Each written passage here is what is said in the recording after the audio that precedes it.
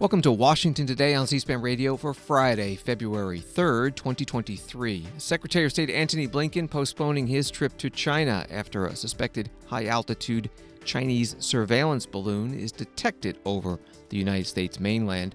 Secretary Blinken calling that balloon a violation of U.S. sovereignty and international law and an irresponsible act by China.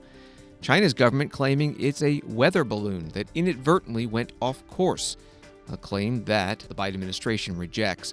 Coming up, we'll have the latest on the balloon and U.S. China relations with Secretary Blinken, White House Press Secretary Karine Jean-Pierre, the Pentagon Press Secretary, some members of Congress, and we will talk with a foreign policy analyst, James Carafano from the Heritage Foundation. Jobs report for January, much larger than expected. 517,000 jobs created, according to the Labor Department. Unemployment rate falling from 3.5% to 3.4%. President Biden calling the jobs report strikingly good news. And the Democratic National Committee winter meeting in Philadelphia will see a vote to set the 2024 presidential primary calendar that has new states going first instead of Iowa and New Hampshire. We'll hear from the DNC chair, Jamie Harrison. And we start with the balloon. This from the Associated Press. A huge, high-altitude Chinese balloon sailed across the U.S. on Friday, drawing severe Pentagon accusations of spying despite China's firm denials. Secretary of State Antony Blinken abruptly canceled a high-stakes Beijing trip aimed at easing U.S. China tensions. President Joe Biden declined to comment on the matter when questioned at an economic event. Two 2024 re-election challengers, former President Donald Trump and Nikki Haley, former South Carolina governor and UN ambassador, said the U.S. should immediately shoot down the balloon. That from AP. Secretary of State Antony Blinken spoke about it at the State Department in Washington late afternoon during a meeting with the South Korean foreign minister. I spoke this morning with Director of the CCP Central Foreign Affairs Office, Wang Yi, to convey that in light of China's unacceptable action, I am postponing my planned travel this weekend to China. As you know, President Biden and President Xi agreed during their meetings in Bali in November that I would travel to Beijing to follow up on their discussions. We've been working across the U.S. government to prepare for a substantive set of discussions on issues that matter to the American people and to people around the world. And we've been engaging for some time with our counterparts in Beijing to prepare for these meetings. Yesterday, the Department of Defense announced that we had detected and were tracking a high-altitude surveillance balloon that remains over the continental United States. We continue to track and monitor the balloon closely. We're confident this is a Chinese surveillance balloon. Once we detected the balloon, the U.S. government acted immediately to protect against the collection of sensitive information. We communicated with the PRC government directly through multiple channels about this issue. Members of my team consulted with our partners in other agencies and in Congress. We also engaged our close allies and partners to inform them of the presence of the surveillance balloon in our airspace. We concluded that conditions were not conducive for a constructive visit at this time. In my call today with Director Wang Yi, I made clear that the presence of this surveillance balloon in U.S. airspace is a clear violation of U.S. sovereignty and international law, that it's an irresponsible act, and that the PRC's decision to take this action on the eve of my planned visit is detrimental to the substantive discussions that we were prepared to have. I told Director Wang that the United States remains committed to diplomatic engagement with China and that I plan to visit Beijing when conditions allow. In the meantime, the United States will continue to maintain open lines of communication with China, including to address this ongoing incident. Indeed, that's why we need direct and regular communications in the first place, and that's why it's critical that such lines remain open at all times to help avoid miscalculation and conflict. One final but important note. The world expects the United States and China to manage our relationship responsibly. And indeed, addressing many of today's global challenges, challenges that affect the lives of our people and people around the world, demands that we find a way to work together as well. The United States will continue to act in a way that reflects that responsibility. We look to our PRC counterparts to do the same. Secretary of State Antony Blinken at the State Department in Washington, along with the visiting South Korean foreign minister. The Chinese Foreign Ministry out with a statement about the balloon, saying the Chinese side regrets the unintended entry of the airship into U.S. airspace due to force majeure. Associated Press explaining that that term, force majeure, is an international legal term used to refer to events beyond one's control. The White House Press Secretary Karine Jean-Pierre asked when President Biden found out about the balloon and was briefed on it, also the decision for Secretary of State Blinken to postpone his scheduled visit to China. Karine Jean-Pierre speaking with reporters on Air Force One. When did the White House learn about the balloon, and why was there a delay in disclosing that the balloon was out there? Secondly, did the president make the decision to cancel the Secretary of State's trip? And what does this episode say about U.S. China relations at this time? Okay, that's a lot of questions right there. The president was briefed on this on Tuesday. He has been continued to receive regular briefings and updates from the National Security Team. I just want to reiterate what the Pentagon said earlier today, my counterpart. We've detected and is tracking a high-altitude surveillance balloon that is over the continental United States right now, as you all know. It does not present a military or physical threat to people on the ground. President Biden was briefed, as I just stated, and he asked the military to present options. It was the strong recommendation by Secretary Austin, Chairman Milley, the commander of Northern Command, not to take kinetic action because of the risk to safety and security of the people on the ground. President Biden took that recommendation from the military seriously, of his advisors clearly. The president will always put the safety of the security of the American people first. And as my colleague said over at the Department of Defense earlier today, we are tracking closely and keeping all options on the table. I can say, as it relates to Blinken's trip, the president agrees with the secretary's decision to not go on this trip. And it was a consensus that it was not appropriate to travel to the People's Republic of China at this time. We note that the PRC statement of regret, but the presence of this balloon in our airspace, it is a clear violation of our sovereignty as well as international law, and it is unacceptable this occurred. And to your question about the relationship moving forward, look, the president is always going to put the safety of Americans and the security of American people first. Under this president, we are more prepared to outcompete China, protect our national security, and advance a free and open Indo-Pacific than ever before. Many of the efforts we have been pursuing are bipartisan, underscoring the alignment at home and on this key issue. And so that's how we're going to continue to proceed. The White House Press Secretary Karine Jean-Pierre flying on Air Force One, taking reporters' questions. Leaders of the new House Select Committee on China, Republican Mike Gallagher of Wisconsin and Democrat Raja Krishnamurthy of Illinois, putting out a joint statement Thursday night that reads, the Chinese Communist Party should not have on-demand access to American airspace. Not only is this a violation of American sovereignty, coming only days before Secretary Blinken's trip to the PRC, but it also makes clear that the CCP's recent diplomatic overtures do not represent a substantive change in policy. Indeed, this incident demonstrates that the CCP threat is not confined to distant shores. It is here at home, and we must act to counter this threat. Today, Congressman Gallagher was interviewed on the Fox News Channel.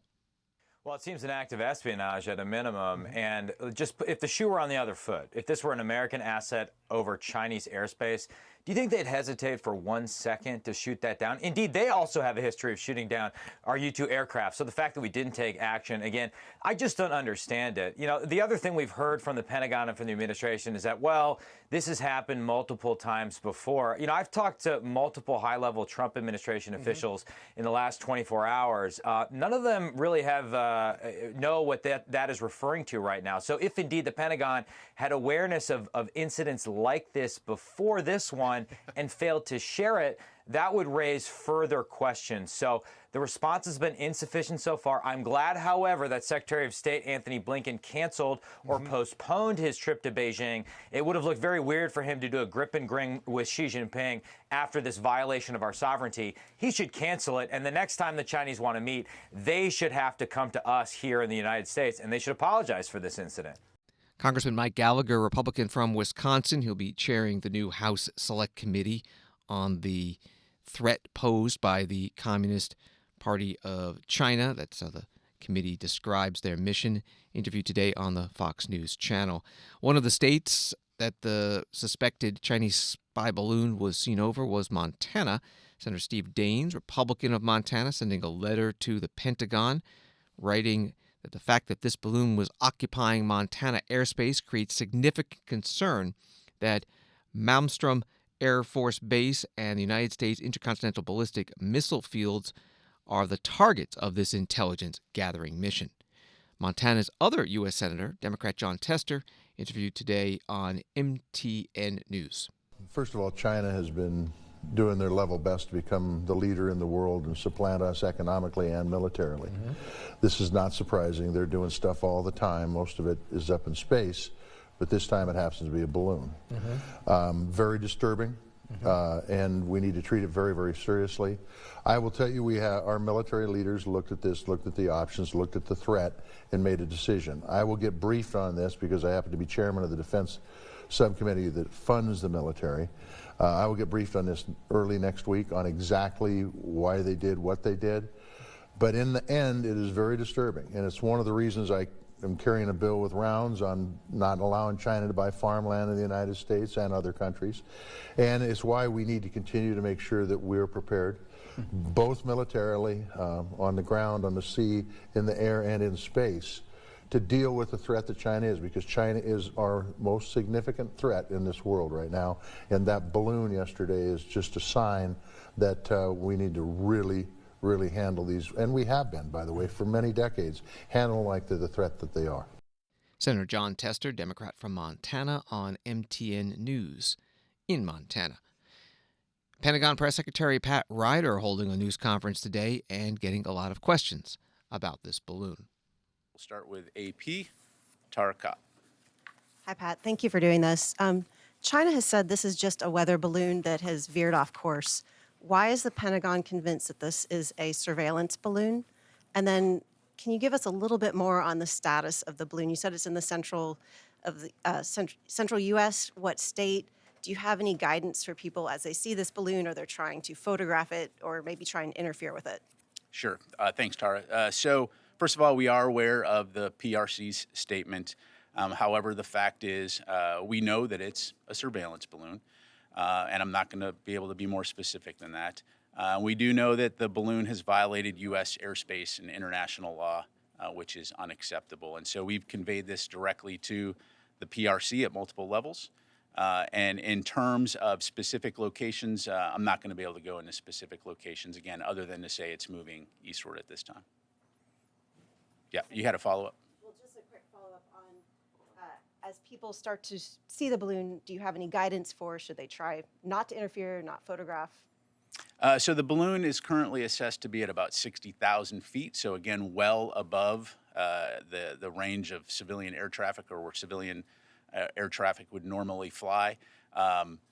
Certainly aware that there are cameras, civilian-owned commercial cameras that could spot this balloon. In terms of guidance to folks, again, this is something that NORAD is closely monitoring. We do assess at this time that it does not pose a physical threat, as I mentioned, to people on the ground. So we'll just leave it at that. Pentagon Press Secretary Pat Ryder, who's also an Air Force Brigadier General, with reporters in the Pentagon briefing room. Another question that he got was about the size of the balloon, and in his answer, he refers to why the option of shooting it down has been rejected. Thank you. How big is the balloon that you're tracking, and have you guys picked up, is it leaving anything in its wake, like sensors? Yeah, so on your latter question, I'm not going to get into intelligence. We do continue to monitor the balloon. We do know that it is a surveillance balloon. In terms of the size, I'm not able to get into the specifics other than to say that it is big enough that, again, in reviewing our approach, we do recognize that any potential debris field would be significant and potentially cause civilian injuries or deaths or significant property damage. So again, this is part of the calculus in terms of our overall assessment. But again, we'll continue to monitor it. We'll continue to review our options and keep you updated as able. Pentagon Press Secretary General Pat Ryder. Joining us on the phone is James Carafano, Vice President of the Heritage Foundation Institute for National Security and Foreign Policy. Thanks so much for being with us. So Secretary of State Antony Blinken was about to visit China. Now that trip is being postponed. What does this do to U.S. relations with China? Well, honestly, I think it shows the great flaw in kind of the U.S. strategy, which in many ways looks just like the Obama strategy, which is cooperate when we can, but compete where we must. This notion that we're going to balance this relationship because we're going to find ways to work together, and we're going to push back on things that we don't like. Well, this just shows how untenable it is. I mean, just think, for example, the Chinese obviously can time the release of the balloons in the Surveillance Act, and they're doing this exactly at the time that they know the Secretary of State is coming to China. I mean, who does that? The U.S., for example, we canceled a missile test when the war with Ukraine broke out because we didn't want the Russians, oh my God, to think that that we were up to something. The Chinese have no fear of that, and so it's very, very hard to say we're just going to find a way to work with a bully and just ask them to be less of a bully. In your answer, you're suggesting that this was an intentional release, and yet they're saying it's a weather balloon. Well, there's a couple of problems with that explanation. One is, and this raises a whole other set of issues, because apparently the U.S. government has observed these surveillance balloons before. So it's not just a balloon that went off course. The balloons are going over areas of military significance. Guam, they went over military bases in Hawaii. There's one over Canada, which is where we have our strategic early warning system. So, and then you look at the sophistication of the technology, and there's something called SIGINT, which is signal intelligence, right? So that balloon is transmitting to somebody. We can listen to it transmit. I would bet you $1 million that everything that's being transmitted by that balloon is in code. Weather balloons do not, encode information when they transmit it. They transmit it in the clear. So it's demonstrably easy to prove it. That's not true. We often hear about Chinese spy efforts that seem to be a little bit more sophisticated, using human spies inside the United States. I mean, they could even use spy satellites. Why balloons? Well, so on the one hand, I would say that these systems actually can be quite sophisticated. We use them. Russia uses them. We have both what's called aerostats, which are permanently tethered balloons that kind of float there to gather intelligence, and also free-floating balloons like the Chinese are using. So they actually can be quite sophisticated. But the other point, of course, is the Chinese actually have very, very good satellite capability, which can collect a lot of really good data. And so the question is, well, why are they doing this? And the fact that we don't have a good answer for that, I think that's one of the most troubling parts of the whole incident. We're talking with James Carafano from the Heritage Foundation. You wrote a paper in December titled Countering China's Drive for Global Dominance. What was the point of that paper and the message to the Biden administration? Well, I think the reality is, and if you actually look at Chinese writing, Chinese policies, Chinese actual actions, there's no question that they have an adversarial relationship with the United States, and that they see the expansion and influence of Chinese power having to come at the expense of the United States. So any strategy that says, well, we just need to learn how to get along, I think really misinterprets the fundamental construct of our relationship, which is they're our adversary. They're not really interested in just figuring out how to get along. Now, to be honest, as somebody who actually was very liked a lot of the Trump foreign policy, in retrospect, I think Trump got China wrong. He came in and said, "Oh, this is really about balance of trade, and I'm just going to beat them up and get them to trade more fairly, and then the Chinese will behave and everything fine." In retrospect, I think that was not nearly tough enough. We have to treat China like an adversary, and this administration is unwilling to do that for lots of reasons, including for the fact that they think that China's cooperation on climate policy is essential. And even though they have no way to actually get that, they continue to think that they have to find ways of constructive engagement, and I just don't think it's going to work.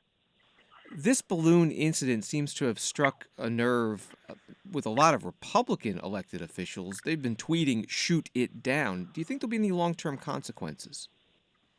Well, I think it illustrates that the fundamental premise of Biden's triumph of Biden's China policy is flawed. And this particular incident may not be something like, Sputnik, but remember, we've got an incoming Congress that has a committee that's just dedicated to looking at Chinese activities. This is all going to continue to build. And I think the problem for the administration is in many ways they're behind many Americans who really see China as an adversary. And they're actually behind many of our allies, who see China as an adversary. And they're still in the can't we just figure out how to get along camp. And I think you're just going to find that's unsustainable over time. And if they didn't like what happened today, they're going to be less and less happy in the future when more and more of these things happen. James Carafano, Vice President of the Heritage Foundation Institute for National Security and Foreign Policy. On Twitter, it's at JJ Carafano, and the article's at heritage.org. Thank you very much. And out to the war in Ukraine, U.S. Attorney General Merrick Garland announcing during a meeting with Ukraine's top prosecutor in Washington that he has authorized the first transfer of forfeited Russian assets to be put towards the war and the recovery. It's an effort that's allowed under a new U.S. law signed by President Biden last year, confiscated from sanctioned Russian businessman Konstantin Maloviev. Congress has also given the Justice Department new authority to transfer certain assets we have seized from Russian oligarchs for the rebuilding of Ukraine. Today, I am announcing that I have authorized the first ever transfer of forfeited Russian assets for use in Ukraine. These forfeited assets follow the announcement I made last April of the indictment of designated Russian oligarch Konstantin Maloviev on charges of sanctions evasions. At that time, I also announced the seizure of millions of dollars from an account of a U.S. financial institution traced to Maloviev's sanctions evasions. Yesterday, the U.S. District Court for the Southern District of New York ordered the funds forfeited to the United States. With my authorization today, the forfeited funds will next be transferred to the State Department to support the people of Ukraine. Before I turn over the podium to the Prosecutor General, I want to recognize the many Justice Department personnel involved in this work. Particularly, I want to thank the Justice Department's Task Force Klepto Capture and the War Crimes Accountability Team. I am incredibly proud of them. The Justice Department will continue to hold accountable Russian oligarchs and others whose criminal acts enable the Russian government to continue its unprovoked and unjust war in Ukraine. Attorney General Merrick Garland at the Justice Department in Washington. He was sitting beside the Ukrainian Prosecutor General, Andrei Kostnin, who thanked the United States. Today, we are witnessing the authorization of transfer of the confiscated assets in the amount of $5.4 million to the State Department for the purpose of rebuilding war-ravaged Ukraine. The inherent part of the accountability is that the responsible party pays for the devastation that it caused. Therefore, the reparation of tremendous human and material damage to Ukraine and Ukrainian people is an important aspect in our quest for justice. This is a clear message. There will be no immunity and impunity for international crimes. At the same time, we all know that the international crimes are committed by individuals, and only by holding them accountable, along with Russian Federation, we can consider justice served. Ukrainian Prosecutor General Andrei Kostnin at the Justice Department in Washington with the Attorney General Merrick Garland. Pentagon today also announcing a new Ukraine military aid package, $2.2 billion. It includes longer-range missiles for the first time. New York Times reports American officials estimate that nearly 200,000 Russian troops have been killed or wounded in the war with Ukraine, which will hit the one-year mark later this month. And this week, Ukraine's defense minister saying that Russia is planning a major offensive to coincide with the anniversary. It's February 24th, and is massing 500,000 troops on Ukraine's borders. Washington Today continues in a moment. The State of the Union is strong because you, the American people, are strong. President Biden delivers his annual State of the Union address outlining his priorities to Congress on Tuesday, February 7th, his first State of the Union speech since Republicans won back control of the House. We'll also hear the Republican response and take your phone calls, texts, and tweets. Watch live State of the Union coverage on C-SPAN, C-SPAN Now, our free mobile video app, or online at cspan.org.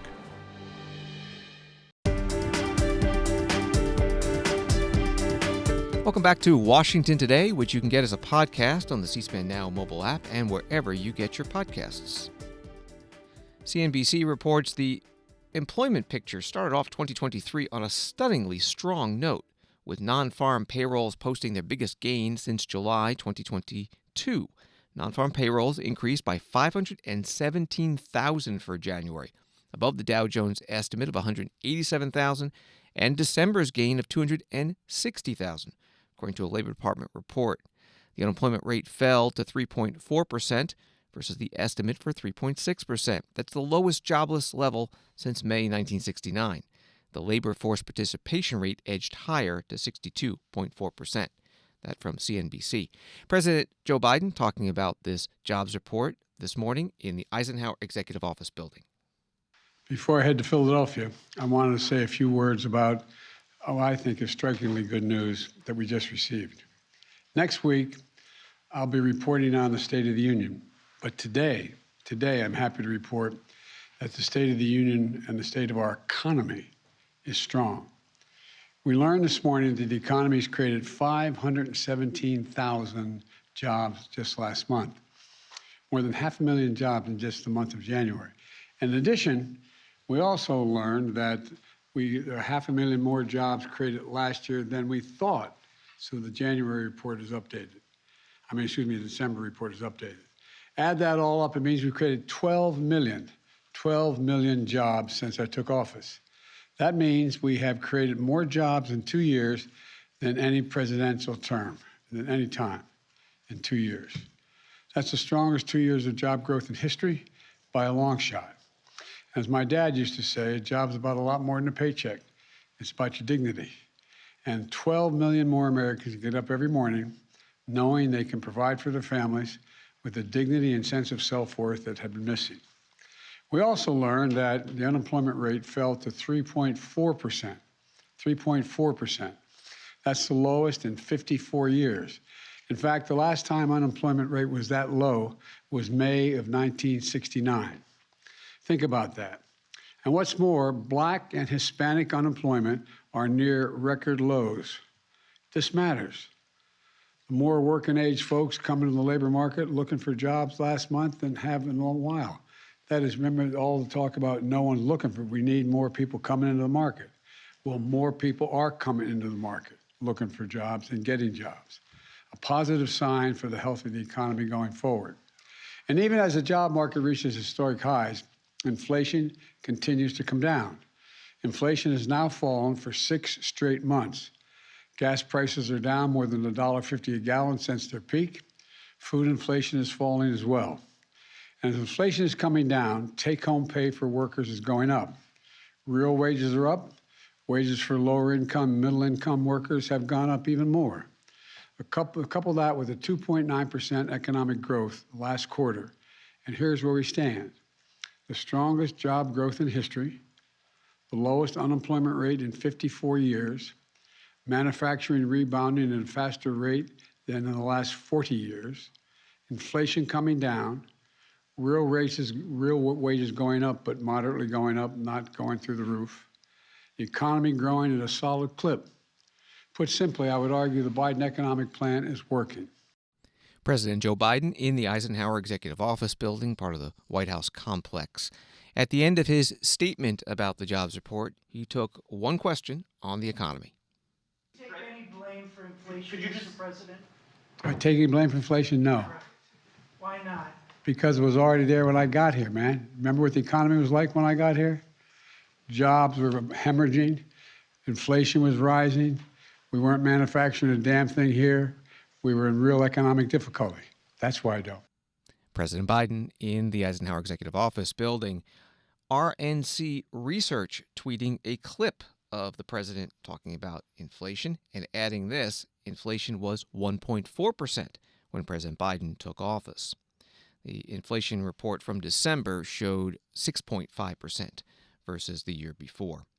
Congressman Jason Smith, Republican from Missouri, was interviewed on Fox Business Thursday night, and he did blame high inflation on President Biden. President Biden, Nancy Pelosi, and Chuck Schumer has created an inflation crisis by their reckless spending. Just in the last 2 years alone, they increased federal spending by $10 trillion over the next 10 years.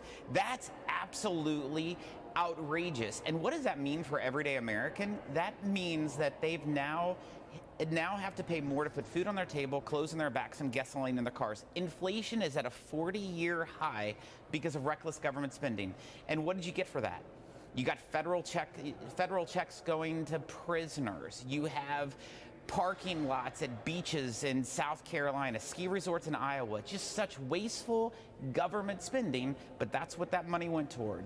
Congressman Jason Smith on Fox Business Thursday night. He is chair of the Ways and Means Committee and also talked in the interview about plans to hold a hearing outside of Washington, D.C. on Monday in Petersburg, West Virginia.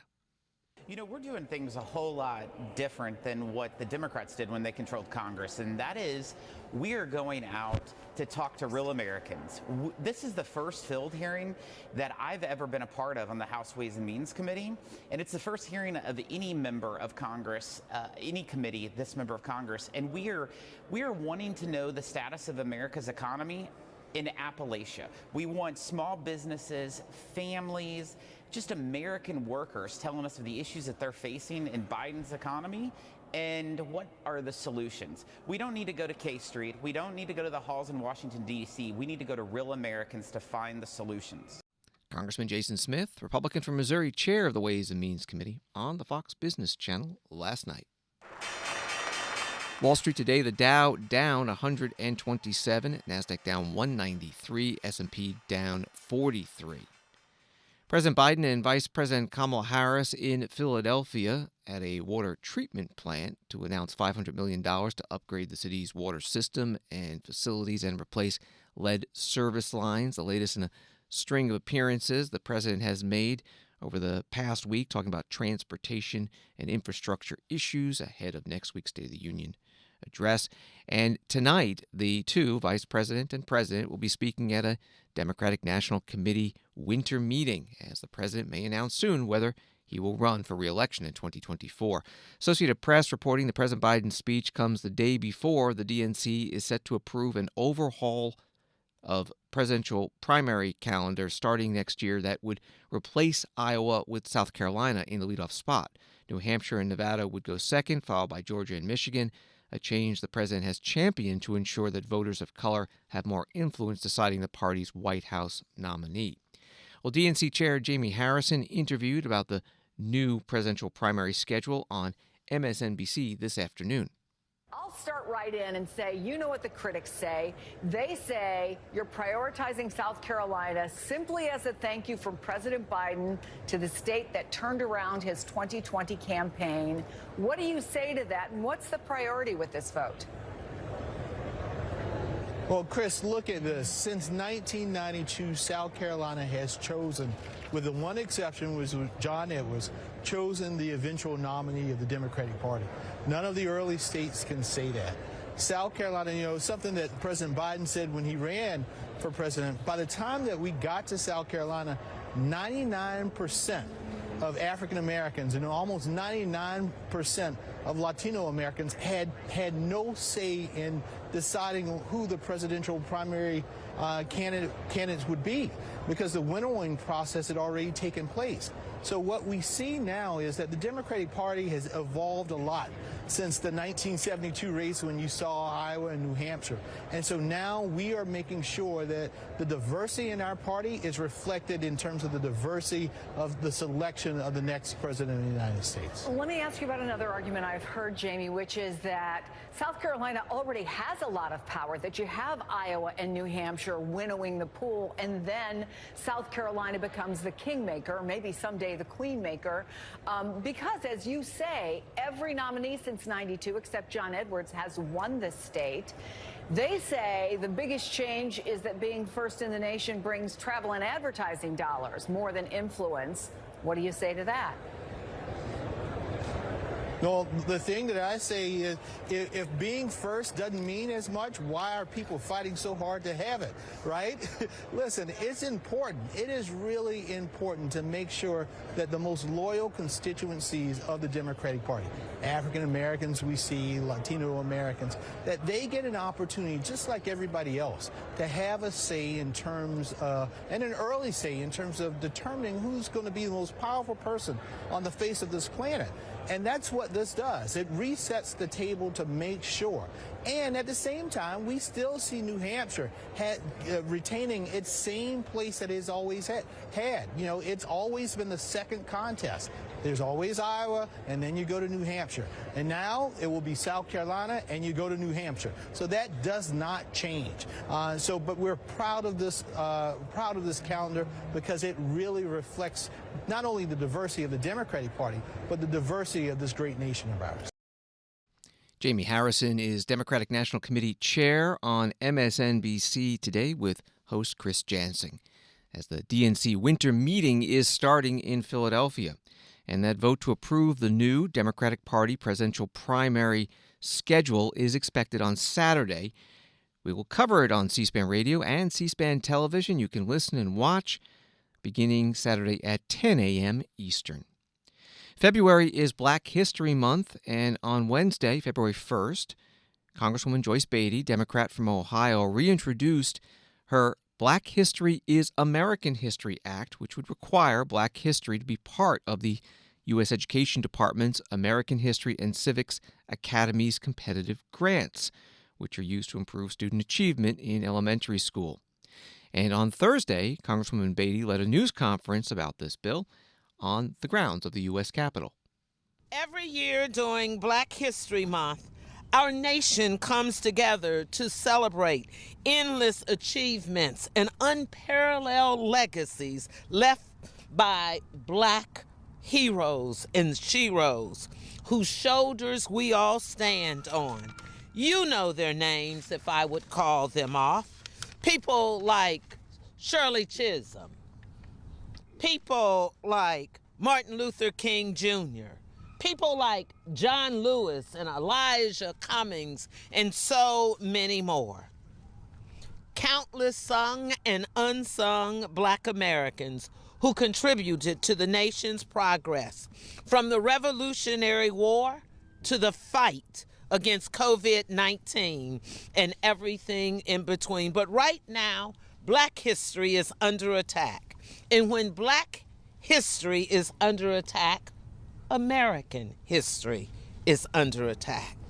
You see, when I think about how critical this is and the full complexity of our nation's past, present, and future, to deny Black history from being taught is to deny our children the education they deserve.